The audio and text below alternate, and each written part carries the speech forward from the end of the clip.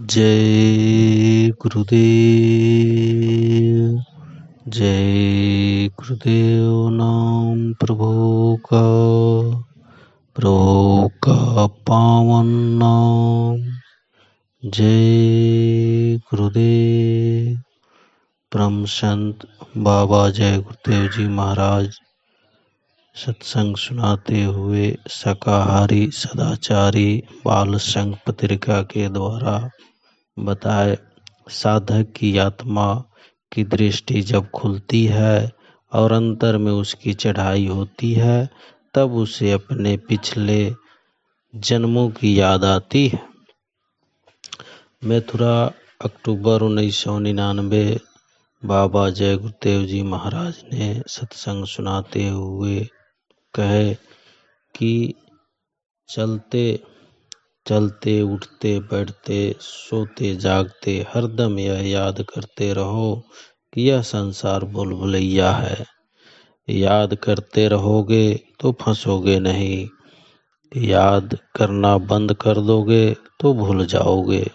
साधक के लिए जरूरी है कि ये चीजें सुनता रहे, तब तो वह यहाँ के जाल से निकल जाएगा। वह हमेशा यह समझेगा कि यह संसार वहीं तक है जब तक श्वासों की पूंजी है, उसके बाद खत्म। ऐसा सोचने से वह अपनी मंजिल की तरफ चलता चला जाएगा। दूसरा यह सोचना है कि जो लोग हमारे सामने चले गए वो अपने साथ क्या लेकर गए। हम अब जाएंगे तो क्या लेकर जाएंगे, इसलिए उतना ही पैर फैलाओ जितनी तुम्हारी जिम्मेदारी है। आदमी धन कमाने में लग जाता है, सोचता रहता है और कमा लेंगे, मकान बना लेंगे, सामान इकट्ठे कर लेंगे, इसी में समय पूरा हो जाएगा और वह काल भगवान आकर खड़ा हो जाएगा, कहेगा कि मेरा मकान खाली करो। तब तुम क्या करोगे? तुम कहोगे ये मेरा, वो मेरा।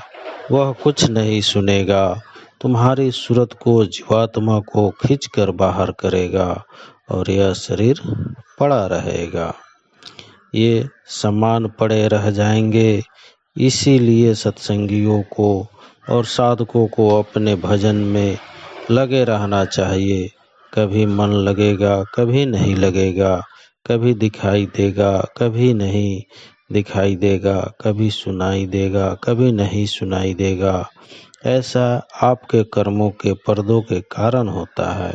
तुम अपने मन बुद्धि चित्त को दृष्टि के साथ बिठाकर रोके रहो। धीरे धीरे करते करते दरवाजा खुलता है। सत्संग करते रहोगे, सुनते समझते रहोगे तो दरवाजा खुल जाएगा।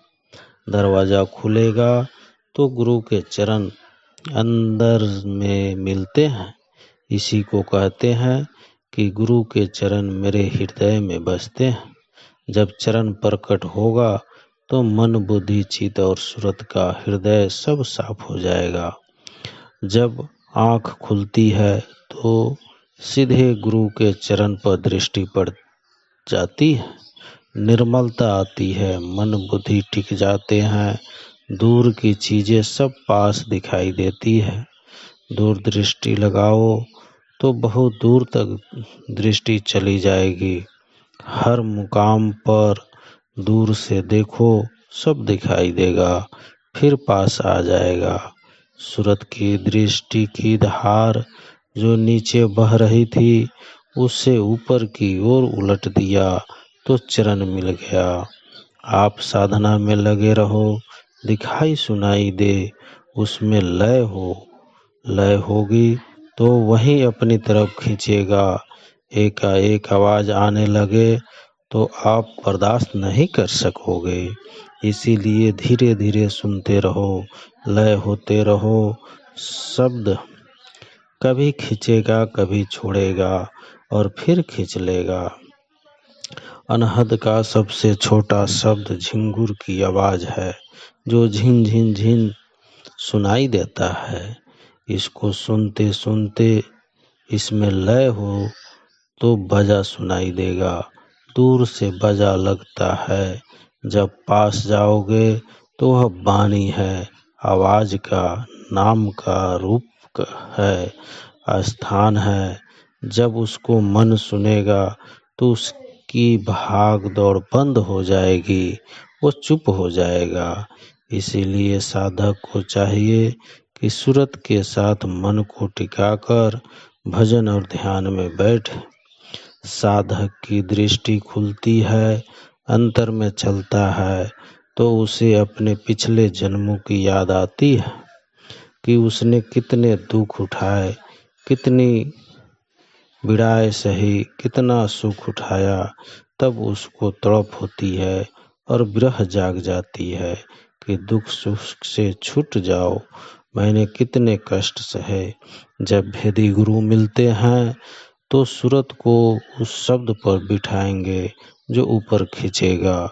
सत्संगी प्रेमी कहते हैं कि बहुत से बाजे बजते हैं, उनको समझाया जाता है कि पहले तुम बाजों को सुनो, फिर इसकी परख पहचान करो कि इसी में वह बाजा है जो गुरु ने बताया।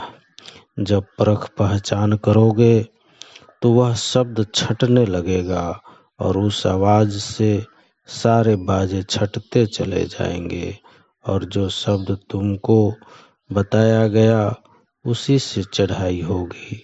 जब वह शब्द सीधा आने लगेगा तो जब भी बैठोगे भजन में, चढ़ाई शुरू हो जाएगी।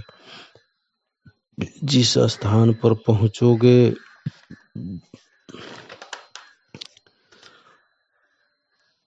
वहीं के धनी जो का रूप होगा वह रूप तुम्हारा होगा। मीरा ने कहा कि लाली देखन मैं गई, मैं भी हो गई लाल।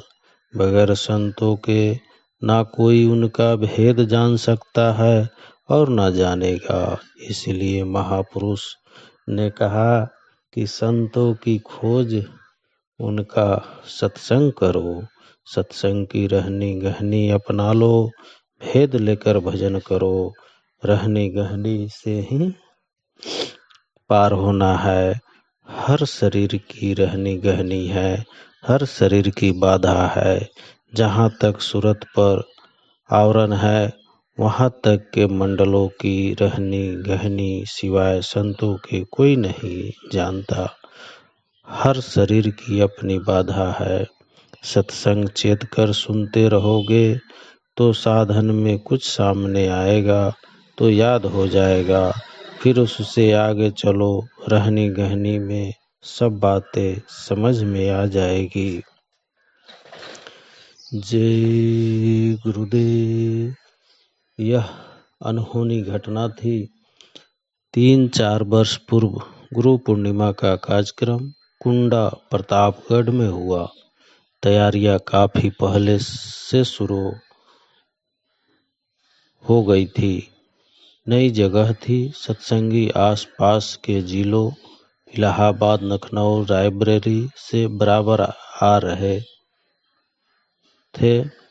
जिस बाग में स्वामी जी महाराज की कुटिया बनाई गई थी और कुछ प्रांतों का पड़ाव पड़ा था, वह बहुत बड़ा बाग था। वहाँ के लोग उसे सांप का भिक्षु का बाग ही कहकर पुकारते थे। मोटे मोटे पेड़ों के तानों में सांप की पाभियाँ थी जिनमें सांप रहते थे। भिक्षु तो जैसे चींटे रेंगते हैं वैसे जगह जगह दिखाई देते थे। जड़ा सी जमीन को तराशा कि दर्जनों की संख्या में रेंगने लगते थे। कार्यक्रम के पूर्व तैयारियों को देखने की मैंने भी योजना बनाई और लखनऊ से श्री नंद राम जी व एक सत्संगी को लेकर मैं कुंडा के लिए चल पड़ा। शाम को पहुंचा। कुंडा की संगत ने एक झोपड़ी बना रखी थी जहां लोग ठहरते थे। भोजन करने के बाद हम लोगों ने बड़ी सी पॉलीथीन झोपड़ी के सामने मैदान में बिछाई और सो गए। सवेरा हुआ, हम लोग उठे और जब पॉलीथीन को उठाया तो देखा कि तमाम काले काले बिच्छू चुपचाप पड़े थे। मेरे तो होश उड़ गए। सोचने लगा कि अगर एक भिक्षु ने भी अपना डंक उठा दिया होता तब तो इस जंगल में मेरा बुरा हाल होता। स्वामी जी महाराज के वहाँ रहने से काफी लोग वहाँ आ गए थे। थोड़ी देर बाद सत्संग हुआ। स्वामी जी ने सफाई अभियान शुरू कराया। आदेश दिया कि सब लोग खरहारा उठाओ, बाग की सफाई करो। तुरंत सफाई कार्य शुरू हो गया। पेड़ के पत्तों के साथ ढेर सारे बिच्छुओं का भी सिमटाव होने लगा। सुबह की बात मैं भूला नहीं था। दृश्य देखकर मैं बहुत डर गया। स्वामी जी ने कहा, दरी लाओ और इसमें कूड़े को भरो। बिच्छुओं को देखकर कोई भी हाथ लगाने की तैयार नहीं था। स्वामी जी ने इतनी जोर से डांट लगाई कि भरते क्यों नहीं हो। प्रेमियों ने बिजली की तरह से कूड़े को जिसमें तमाम बिच्छू थे हाथ से उठा कर दरी पर डालने लगे। फिर उसे दूर जाकर फेंक दिया। कूड़ा फेंकने का क्रम तब तक जारी रहा जब तक पूरे बाग की सफाई नहीं हो गई। स्थानीय निवासी तमाशबीन थे, औचक थे। उन्हें कहते हुए सुना कि जिस बाग में आदमी तो क्या जानवर बिच्छुओं के डर से घुसने की हिम्मत नहीं करते थे, वहां बाबा जी ने अपने हाथ से बिच्छुओं को उठाकर फेंक दिया। यह अनहोनी घटना थी। जय गुरुदेव, जय गुरुदेव। स्वामी जी का पत्र। देश के समस्त संगतों को बाबा जी का प्यार पहुँचे। संगतों को आदेश व सूचना दी जाती है कि 14 दिसंबर से 22 दिसंबर तक 1999 में भंडारे होने जा रहा है। अब की भंडारे में बहुत ही जन समुदाय इकट्ठा होगा। पूर्व की भांति भंडारे का प्रबंध करना होगा। जिले के भंडारे चलेंगे, मथुरा का आम भंडारा होगा। इन दोनों का प्रबंध प्रेमियों को ही करना होगा। अभी से ही प्रबंध करना प्रारंभ कर दे। गल्ला, दाल, चावल, मसाला, घी, तेल, हर चीज के 5 फावड़े अवश्य साथ लावे। जो धन की सेवा होती है अच्छी तरह करेंगे। भंडारे की पुण्यतिथि अगहन सुदी दशमी 17 दिसंबर की रात और 18 की सुबह। गुरु पूर्णिमा की उपस्थिति को सब लोगों ने देखा। अपने जिला के 10 आदमी पहले से ही भेजे ताकि रसोई घरों, भंडारा खाना व दफ्तरों व अन्य कैंपों की व्यवस्था आकर करेंगे, इसमें चूक ना हो। और विश्व प्रेमी अपने कैंप के पहरे के लिए पहले से नियुक्त कर दे।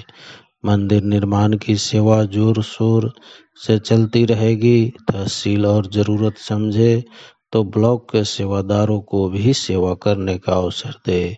अधिक से अधिक सेवा होनी चाहिए। याद रहे, सत्संग उच्च कोटि का होगा। जो जिज्ञासा रखते हैं मथुरा आने की, उनको भी साथ लावे। सब प्रेमी बच्चे बच्चियों को प्यार। जय गुरुदेव।